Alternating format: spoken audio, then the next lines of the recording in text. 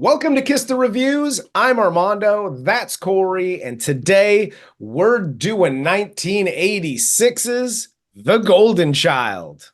Before we get started, if you want to follow me or Corey on Twitter, you could follow me at Junior D's. You could follow Corey at Corey_Idol. And if you want to follow the show, that was very enthusiastic. I appreciate that. That's the same way he does it. The Golden Child. If you want to follow the show, you can follow us on Twitter, Instagram, and TikTok at Kiss the Reviews. And let's get into the cast of 1986's The Golden Child. This film stars Eddie Murphy as Chandler Jarrell, J.L. Reate as The Golden Child, Charles Dance as Sardo Numspa, Charlotte Lewis as Kee Nang, and Victor Wong as the Old Goupa. I'll be honest with you. I was looking forward all week to listening to you pronounce the names in this cast. And unfortunately, you've gotten way too good at names. So this was it was underwhelming. It's like, yeah, that's their fucking name. Hell yes. It's been a minute since I've seen this movie. However, this one holds a very special place in my heart for a couple of reasons, and one of the main reasons is this is more of a drama with sprinkled in comedy and humor. This isn't just a comedy from front to back with some like action sequences. This was a departure from what he normally did at this time. Yeah, like there's only one other funny guy in this movie, being Old Goupa. But Yep. other than that, you're right. Like the material they're dealing with is pretty heavy. I mean, vegan children, kill them all. I am totally on board with that. You were correct. Child abductions and the first girl being murdered, and like that's heavy shit you're dealing with. And to have like Eddie Murphy like wisecracking Axel Foley is kind of like, well, it's really fish out of water, but it works. It does work. Where it didn't work, and there's a couple of scenes like that where it's almost like the director was like, "Hey, we got Eddie on set. Like Eddie, quick funny line," and they just cut him and inserted him into the movie. Like when they go to the doctor's building or whatever to go see the dragon snake lady. And there's one scene where he's like, "Oh, what's this?" It's like yak loin. He's like, "It'll keep your wang up." And he's like, "Nothing wrong with my wang." And then it just cuts into another scene. It was just a really weird place. And just it had nothing to do with anything. Ain't nothing wrong with my yang. And I'll be perfectly honest with you, and I guess now that you've done it, we'll just do this. Corey's life lessons. Hi, kids. Uncle Corey here. If somebody mentions something about your wang, like, oh, it helps it stay hard, or blah, blah, blah, you don't need to be like, my wang's good, my dick's big. Ain't nothing wrong with my yang. Because now we're all suspects, right? We're all like, no, man, you got a problem with your wang and you have a problem dealing. Because that's not necessary. It's just not necessary to talk about how awesome your dick is. You were right. You need 2 of those yak loins. Bag it up. Let's go. I could use a whole fucking year supply of yak loin. Let me tell you. Well, it's the 2 popsicle stips and first aid tape I'm using right now. Well, they do make pills, Corey. But let's get into the film, government shit, shall we? Government shit. They got microchips in that shit. That's right. That's why it's colored blue. So not microchipping my penis. Fuck you.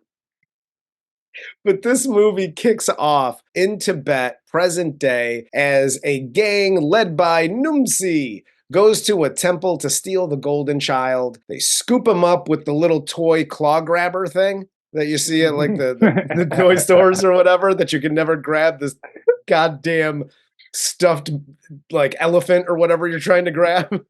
Yeah, it's because they're not made of human skin, which is unfortunate. Very true. And I know we're setting things up here, like, the golden child, and it's him touching a bird, and, it's dead, and now it's alive, and yada, yada. But God damn, man. This is can you get to the kidnapping already?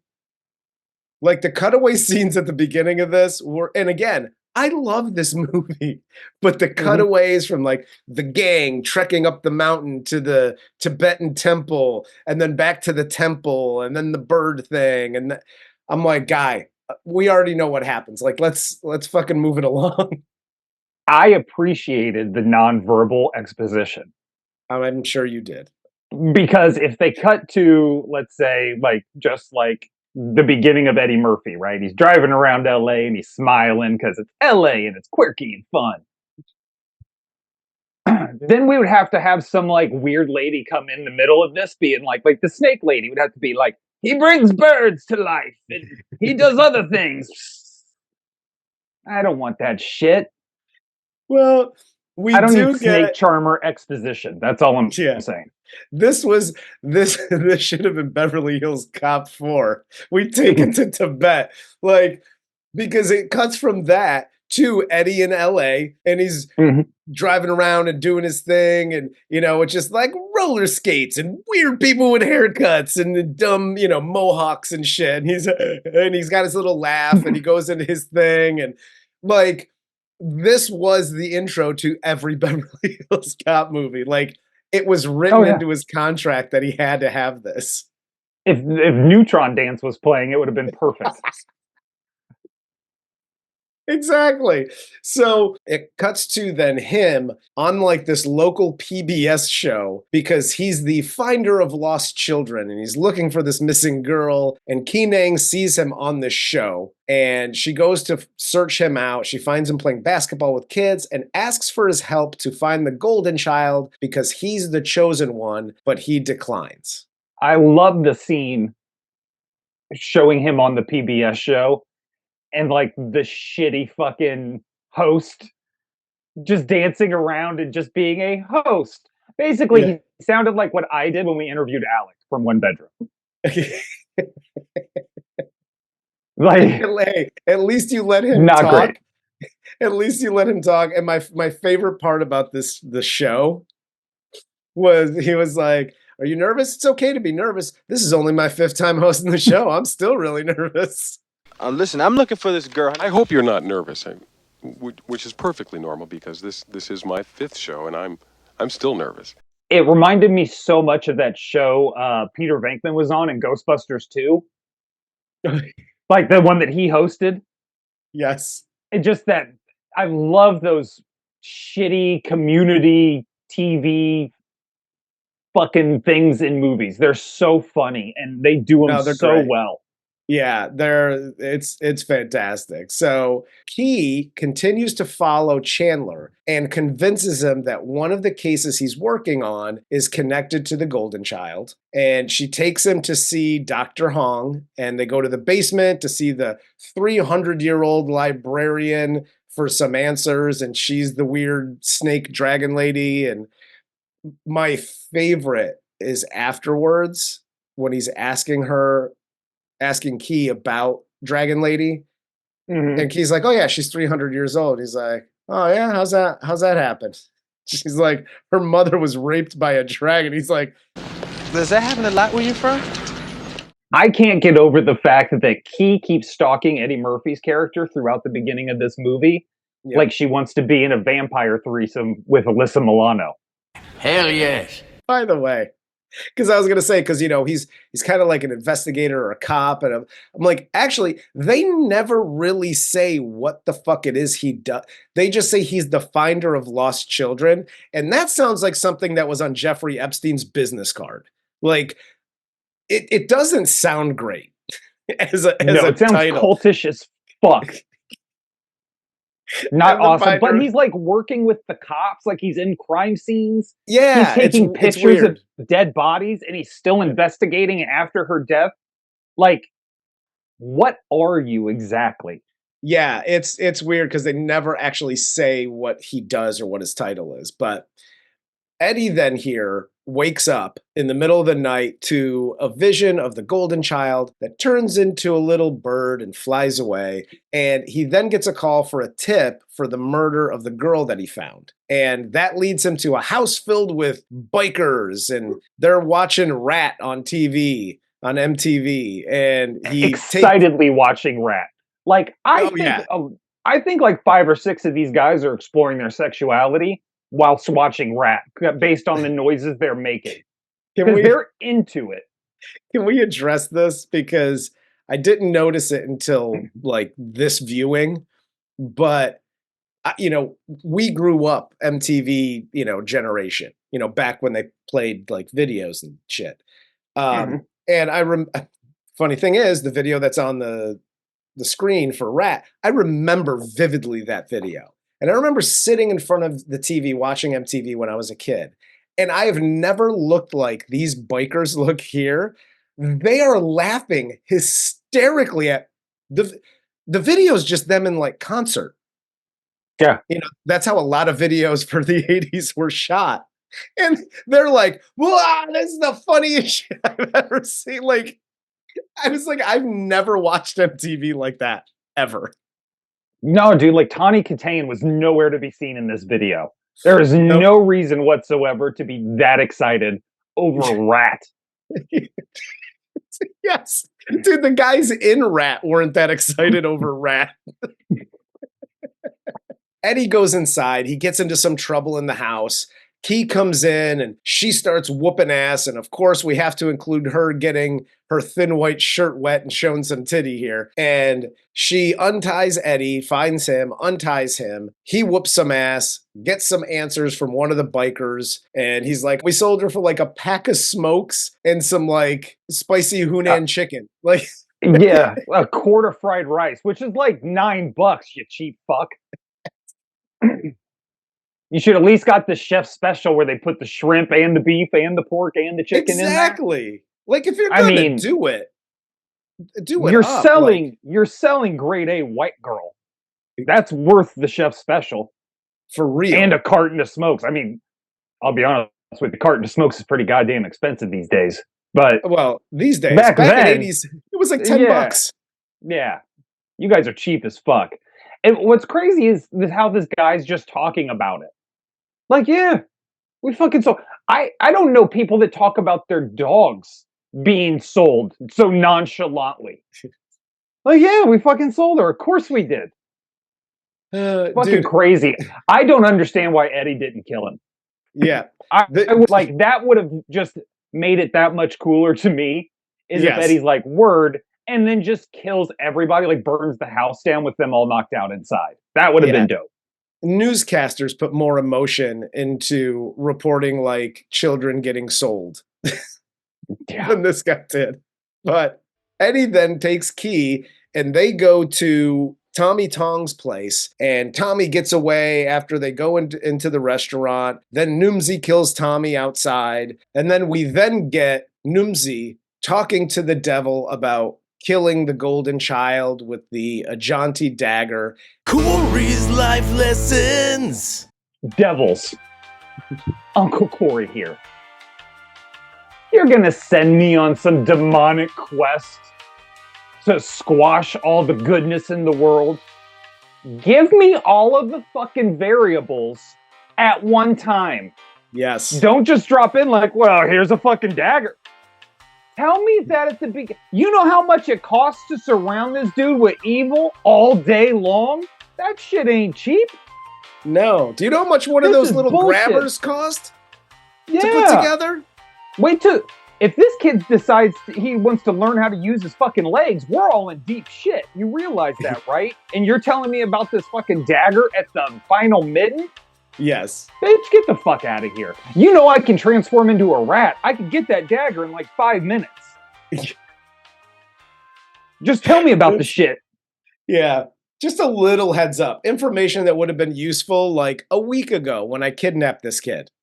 Yeah, I was already in Tibet. Now I got to buy fucking airfare back there? Fuck you. He's just adding to the bill.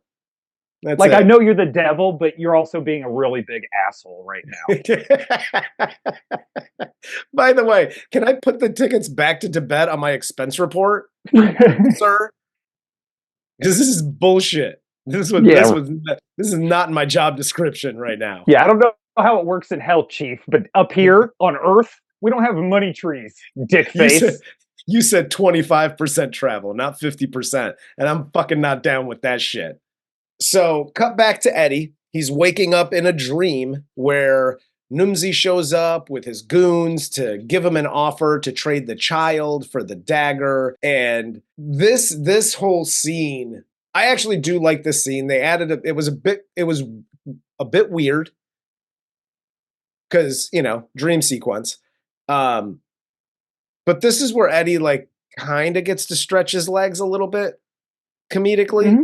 And it makes sense because some of the other times throughout this don't really make sense. We talked about some of the cutaway scenes and whatever, but like here, he actually gets to be a little bit funny. He gets to be, anytime he gets to be a smartass is my favorite. And like, this is where he like gets it. Like here, the airport scene, like here for the next 20 minutes or a half an hour is like pure Eddie. Basically, all of the scenes with him and his dear brother Numsy are the best scenes. Every time those two are going back and forth, that is the best parts of this movie. My brother's forgiven me. Kee, Dr. Hung, brother Numsy has forgiven me. The ultra serious bad guy, who can't play in this battle of wits, isn't used to this kind of disrespect because, Eddie don't know he's a fucking demon. Whatever. That's a weird thing to just know. So he's just talking to him like he's a pompous asshole. Yeah. And it's perfect. It's just their exchanges are always the best. And yeah, like I can see I love this movie too. I know it's not one of Eddie's best received movies. Yeah. And this was towards the end of like Eddie going R and heavy and some of this other shit. But this is one of those things where it's like, yeah, I can see, because I get you have to show it's a dream sequence because it's a little messy and chaotic. But like the audience in the applause. Yeah, and like the Pepsi can doing the putting on the Ritz show. It's like, what the fuck are we doing? In all honesty, first off, where in the fuck did this kid hear putting on the Ritz? That's oh God. You know what I mean? That's so funny. That's what I thought. With this song? I thought that too, because I was like, okay, he's a kid, he's seen things, he can make a little man out of a can, and that's fine because that's in his imagination. But I'm like, where did the song come from? Did he hear that on the old timey radio that they had way up in the mountains of Tibet? He heard it in the trunk of the car they brought him in from the airport to the fucking warehouse hideout place. Like, it's all just, it's so weird and messy and unnecessary that it does take away from like what is a good, fun, different kind of story for Eddie Murphy or an Eddie Murphy vehicle. Yeah, no, you're absolutely right. You're absolutely right. And here he goes back to Snake Dragon Lady Librarian, and she tells him that he needs to go to Tibet to get this dagger. So Kee and Eddie head to Tibet, and when they get there, Eddie follows this bird that he's been seeing all over the place into an alley where he gets hustled by a homeless man selling necklaces. When he's doing the back and forth, and it's still like he hasn't been hustled yet, and he goes to put his head down to get the necklace. He's like, yeah, I'll buy one of your necklaces. It's like he's so genuine and nice. And then the dude takes the 100 and immediately he goes from like nice to, okay, guy, no, that's an innocent mistake. And as soon as he finds out he learns English, he just goes straight like New York pissed on him. And just that whole transition is fantastic. Oh, it's fucking brilliant. It's absolutely brilliant. The whole buildup of it, everything is just, I love it. I love that scene. And shout out to all of the cast that was also in Big Trouble in Little China, because that's how I really remember all of these folks that were in this movie and also in Big Trouble in Little China is as the Big Trouble in Little China characters. Yes. When are we going to get that request? Damien? I know. Can we get on a Kurt Russell roll?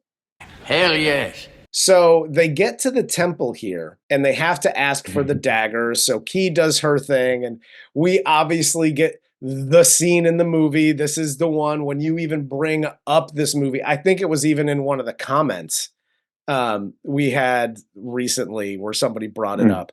I said, I want the knife. It's quintessential Eddie. It's original for an Eddie Murphy movie. Like a lot of these jokes, like we said, it's gonna be Beverly Hills Cop 4. Yep. That's not a stretch because so many of the jokes we've seen, facial expressions, et cetera, et cetera. But this was just, it was so good. It was so funny. And again, we talked about all of his scenes with Numsy and all of, how their exchanges are so good, mainly because one side is so straight-laced, like the definition of straight guy in a comedic scene. And this is just another carryover of that, where everybody's being so serious. There's so much humble. It's such a serious journey in this quest. And then he's scratching the record and just fucking brilliant. It's absolutely brilliant. It's fantastic. After this, they have him go through this backdrop to Mortal Kombat to go get the dagger. So he's got the water and he's going on the little pegs and across the bridge and he finally gets the dagger. He succeeds. And then it goes to them traveling back to America and going through the Nepal airport is a great scene. And then when they land in the United States and then you have Numsy and Eddie doing their thing. I should be punished. Everyone I have stolen from my brother, Numsy. Both of these scenes, and the one in the United States airport is the better scene. But 100%. It is, again, quintessential Eddie. Like these scenes that needed to be there that, move the story along, but also have Eddie stretching his legs in these scenes and just being funny is like, that's the best Eddie. That's Eddie at like his peak. And I love every second of it. That's Reggie Hammond, Axel Foley. Yep. Every brilliant Eddie Murphy character from a franchise, especially that we love. That's what he's doing here. Yep. And it's not boring or trite or anything. It's just Eddie. Like that's what we came to see. Yeah. Like that kind of shit. When I see that, I'm like, oh, that's probably what it's like to hang out with Eddie. Like just him busting balls, just nonstop. Like that's what always goes through my mind when I see those scenes. Yeah, that's pretty much it. If you hang out with any comedian for any amount of time, that's what it is. Yeah. It is just ball busting. Hell yes. So after they get back to LA, they get ambushed by Numsy's goons. He whoops everyone's ass again as Eddie tries to get away. He then takes an arrow to the back and Numsy takes the knife from Eddie and he takes off. All right, look, we need to talk about the whole arrow in the back of it all. Because she takes the arrow in the back and she says, I didn't sleep with you to obligate you. I slept with you because I love you. Look, either one, lady, you're lying your motherfucking ass off because you didn't want a goddamn thing to do with me until I said, I ain't going to Nepal. Fuck that cold ass shit. And then all of a sudden, you gave me a warm place to lay my head while we were in Nepal. And then, on the flip side of that, you're like, I love you? We slept together once, lady. You need to pump all the brakes, or you can stay dead. No, I'm just getting warmed up. Like, I wore a rubber with you. That's how little I know about you. Get the fuck out of here. And you know how much Corey hates wearing rubbers. You're fucking right. Oh, but after the whole arrow in the back of it all, the dragon snake lady tells Eddie that Kee can be saved if he gets the golden child. So he goes to a mansion where Lil Dude is being held as he gets attacked by a couple of goons, but the ogre guy helps him because Little Dude touched him on his hand, and Eddie gets the golden child. Numsy turns into this awful CGI devil, and Eddie and the kid get out of the mansion into a car and drive away as they get chased by Numsy into like this old water tower. I'm sorry, I gotta do this. Don't do that, it's not good for you. Hi, people in movies. People that, anybody, it doesn't really matter. If you're an actor in the film, especially if you're as big as Eddie Murphy was in The Golden Child, where anything he says kind of goes. And the producers, the director, and the people cutting up the goddamn movie. If you get to the end, right, it's all shot. And I know reshoots suck and you don't want to do it. But when you see this, even in 86, and you see this horrible bullshit devil on the screen, how do you not go, oh, we fucked up. We fucked up. Don't let this hit theaters. Reshoot it. Frame it differently. I don't know what to tell you, but this devil was awful. I thought it when I saw this originally, whenever I was a kid and I saw that, and I was like, that doesn't look great. And now it looks even worse with 2023 goggles on. This looks like shit from The Gate. You were correct. And some of the effects are good. Like the Pepsi can effect is good. Yes. Like some of when the building breaks away, when he's initially praying to the devil, and all the building breaks away and the flames come up. That looks good. And then they get to this and it's like, I don't know if it was the motion of the creature having to move and like flap its wings constantly. I don't know what the missing piece was, because I'm not in that feed. But even for back then, because there were movies like The Thing and The House, and there were movies out that had effects in it that were good. Mm-hmm. Star Wars, for example. Yes. You have other places you can go and make this so much better. But for some reason, whether it was a budgetary constraint, again, some studio exec had some fucking disaffected goddamn nephew that was like, I know how to make digital art. And they're like, put him in the movie. I don't know what happened. I don't know what happened either. It was bad. It seemed like if they green screened it, it was fine. But the minute you had to put if it's just actors in front of a green screen, like Numsy and the building falling away, and even like the Pepsi can type deal, like, okay, cool, that's fine. You could have the effects in the background on the green screen and everything's good. The minute it was like you gotta merge the two, like live action, and you gotta drop this demon into the thing, it just kind of went tits up at that point. But that was the only thing I didn't like, because we get to the end of this movie. Eddie and Little Dude get back to Kee. They save her, and he touches her toe, and she wakes up, but not before Numsy shows up again with the knife. But Eddie's homeless necklace saves him here, and he stabs Numsy, the demon, and he kills him. And then the movie ends as Little Dude and Kee and Eddie are all walking in like a field in LA, and it kind of ends happily ever after. And now he's got like the baseball cap on backwards, and which do respect Eddie, because he was wearing a red shirt, and I don't know what neighborhood he was in, but giving him a blue cap to go with that just covers all the bases. That was smart.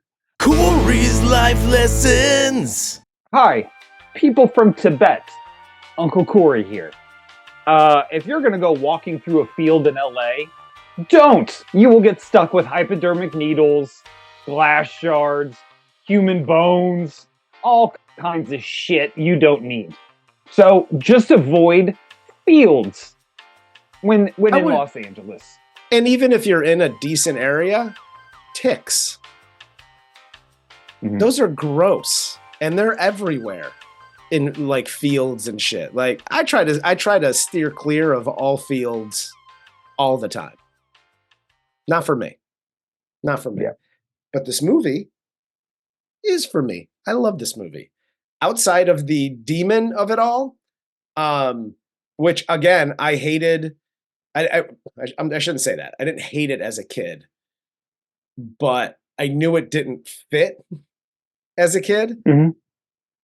I really don't like it now. Like every time this scene comes up, like if I'm watching it, if I'm sitting down, like, oh, fuck the golden child. And I start thinking about the jokes in the movie and Eddie, and I'll watch it. And then I get to the end and I can just kind of like tune out. I'll scroll through Twitter or I'll be doing shit on my phone at the end of this movie. But outside of that, man, I still, this movie, I said it at the beginning, holds a special place in my heart. This is Eddie being pretty good in like the drama side, but like obviously still doing the Eddie thing and still being really funny in a rated R type situation. Yeah, I don't think there's a single person on the planet that's asking for this, but I think this movie would be perfect for a remake where you drop out a little more of the comedy. You put a serious, more dramatic actor like a Lakeith Stanfield or something like that in the main role, and Yeah. you make it a more serious fantasy kind of quest like that, where, you know, demons and yada yada. I think Yeah. that would personally be a fucking better. Think Man on Fire, but with demons involved. Yeah. Like it would just be a little more fun, I think, for today's audience, because I think this is almost too silly plot wise and everything else to really be able to be like, yeah, this is one of Eddie's greats. Yep. I think it's fair if you're going to use the term guilty pleasure to call this a guilty pleasure light. Yeah. Because for all intents and purposes, it's not a good movie. But like you, I love it. If it's on, I'm going to watch it. I have no problem watching this movie anytime. Yeah. It's not, when you stack them up, I mean, how many movies have we watched here? If you stack them up against some of the best movies that we've reviewed, yeah, this isn't a great movie. Don't just stack them up against Eddie movies. This isn't 48 Hours. This isn't Beverly Hills Cop. No, it's not. And I think I get defensive about this movie sometimes because I know it's not one of his better movies, but Sure. It's one of my favorites though. Yeah, exactly. And there's nothing wrong with that. Yeah, I mean, I agree with that. I don't necessarily think I'd call it a guilty pleasure, but I see where most people would outside of me. But that's all I got, man. I really like this movie. This was also a request. Happy birthday, Steph. Steph, thank you. I was trying to. The brain's not what it once was, man. So not everybody cares about you viewers like your Uncle Corey does. Corey absolutely does. I just show up and throw up, man. But happy birthday to Steph. This was a request from her for her birthday. So hope you had a happy birthday. Hope we did you proud with this one. Love you, squirrel. All right. Well, that's all I got for this. You got anything else, man? No, sir. All right. Well, for Corey, I'm Armando. This is Kiss the Reviews, and this was 1986's The Golden Child.